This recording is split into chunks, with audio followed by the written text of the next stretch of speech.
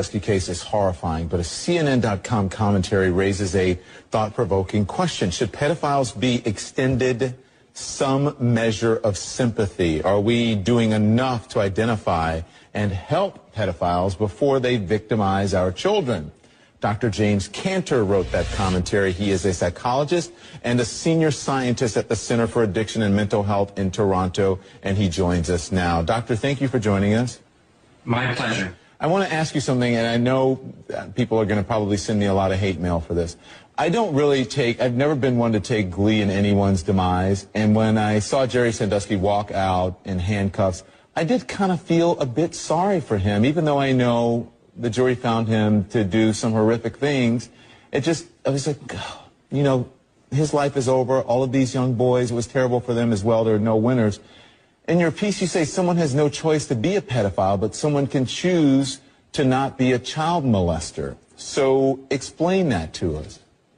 Well, we have to understand very specifically that pedophilia is separate from child molestation. Pedophilia refers to the actual, genuine, underlying sexual interest. For some reason, and we haven't worked out the details yet, there are some people born with a genuine sexual interest in children. They didn't ask for that. Nobody asks to be a pedophile. That just seems to be the case for these people. But that's very different from child molestation, which is a choice. They can't control what they're attracted to, but they can control what they do with those attractions.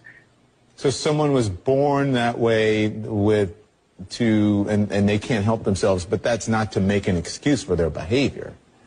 Exactly. I mean, they're not responsible for what they're attracted to. They appear to be born with it. We know through a series of brain studies, both from my research group and from other teams, that they're born with slightly different brain anatomy. And the differences that they show are not the kinds of differences that emerge over a lifetime. Rather, they seem to be the kinds of differences where whatever the chain of events it is, that chain of events began before birth. It really had nothing to do with any choice.